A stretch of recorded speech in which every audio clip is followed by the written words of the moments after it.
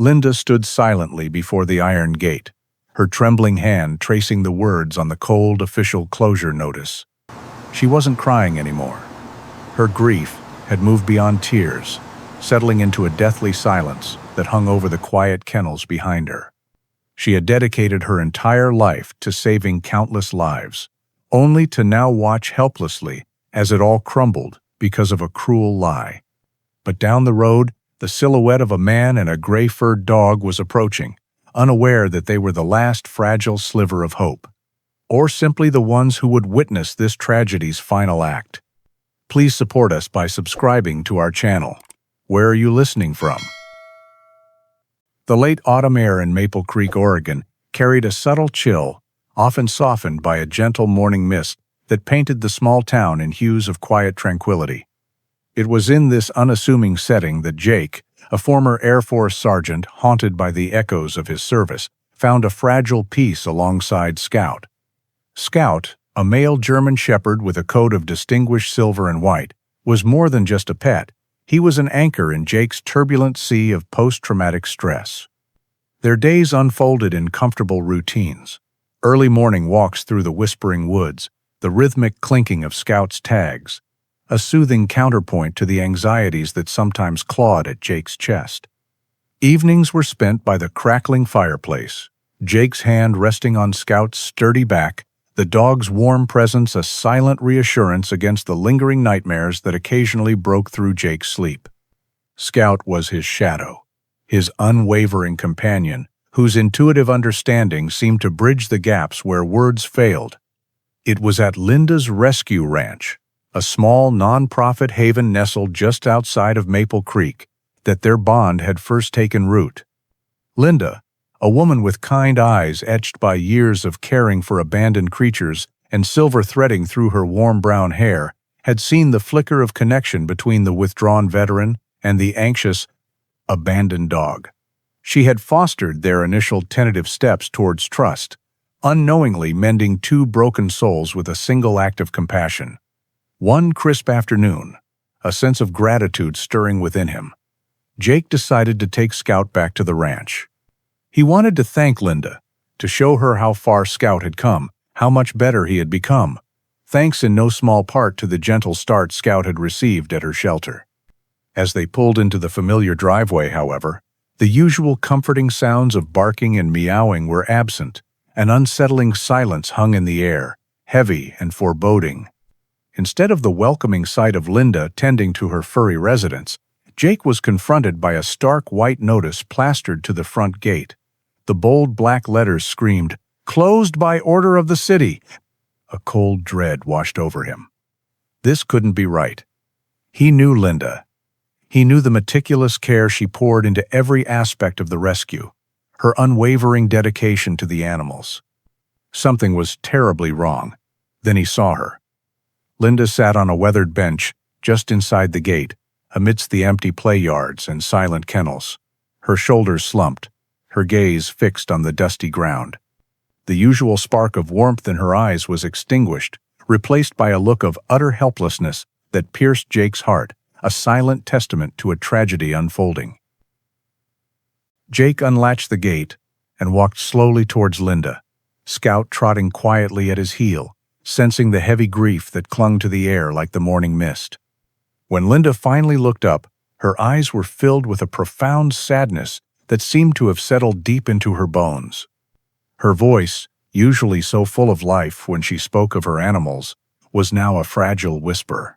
She told him everything, the words tumbling out between quiet, shuddering breaths. The source of her ruin was a former employee, a man named Rick whom she had been forced to fire just weeks earlier after witnessing his cruel handling of a frightened dog. In an act of pure vengeance, Rick had filed a series of fabricated complaints with the city, alleging numerous safety violations. He had lied, twisting her life's work into a caricature of neglect. The bureaucratic machine, impersonal and indifferent, had accepted his claims without a proper investigation, issuing the closure notice that now served as a tombstone for her dreams. Linda's deepest pain, however, was not for herself, but for the animals. With the shelter closing, their futures were uncertain, their sanctuary ripped away by a vindictive lie. A familiar, helpless anger began to burn in Jake's chest. He knew this feeling all too well, the rage of being wronged by a faceless system that didn't care about the truth. He stood there, clenching and unclenching his fists, his own frustrations mirroring Linda's despair. But as the two humans were lost in their shared misery, Scout's attention drifted. His focus sharpened not on the people, but on an old, weathered storage shed at the edge of the property, a place Rick had often used. The German shepherd's ears perked, and a low whine rumbled in his throat. He took a few steps towards it, his body tense. He then began to bark, not loudly, but with a persistent, questioning tone, before trotting to the shed's faded wooden door and scratching at it gently. Jake barely noticed at first, his mind consumed with fury. He assumed the tense atmosphere was simply upsetting Scout, but the dog was relentless.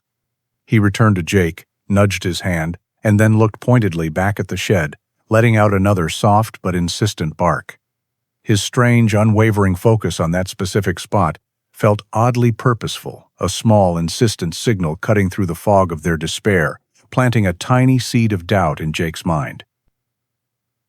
The soldier in Jake recognized the look in Scout's eyes. It wasn't stress or confusion. It was focus, an unwavering certainty that he had seen in his military working dogs a lifetime ago. A flicker of trust cut through his anger. Pushing aside his own feelings of helplessness, he decided to follow his friend's lead. "All right, boy," Jake murmured, his voice low. "Show me. What is it?" He walked to the old shed and pulled open the creaking door, revealing a space cluttered with forgotten tools and the dusty scent of old wood and earth. Inside, Scout's behavior was remarkable. He ignored the myriad of smells that would normally entice a curious dog, bypassing old sacks of feed and the scent of mice.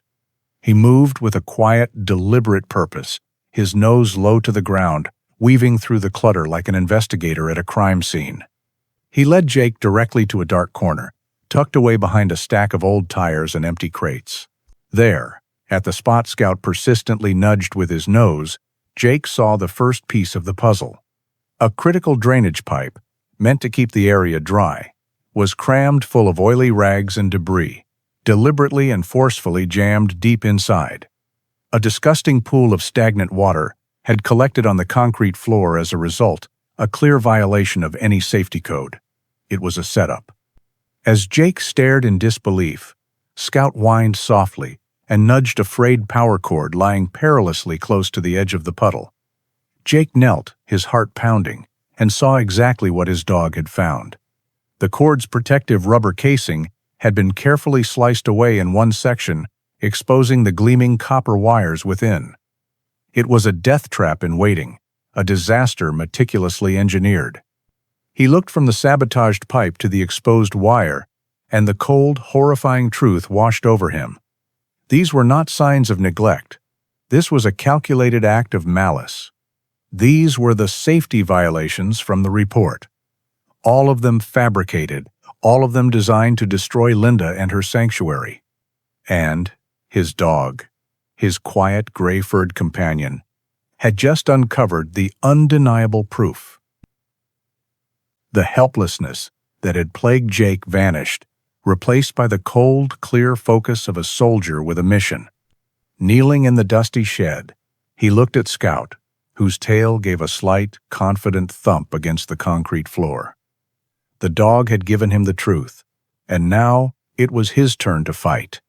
He pulled out his phone, his hands steady as he meticulously filmed and photographed the scene from every angle. He captured the filthy rags stuffed into the drain pipe, the dangerously exposed wires, the proximity of the water to the electrical hazard. This was his ammunition, undeniable proof that couldn't be ignored. He knew that navigating the slow, grinding gears of city bureaucracy would waste precious time they didn't have. He needed a different strategy, a faster, more direct assault on the lies that had condemned the shelter. His mind raced to the one group of people he knew he could count on without question, his brothers and sisters in arms. The first call he made was to an old friend from his squadron, now a master electrician. The next was to a retired combat engineer, and then a plumber. His voice was calm and firm, not asking for a favor, but issuing a call to action. He laid out the situation, the injustice, and the evidence his dog had found. He didn't need to ask twice. They were on their way, not just as friends, but as certified experts who could provide official written assessments, confirming that the scene was one of deliberate sabotage, not operational failure.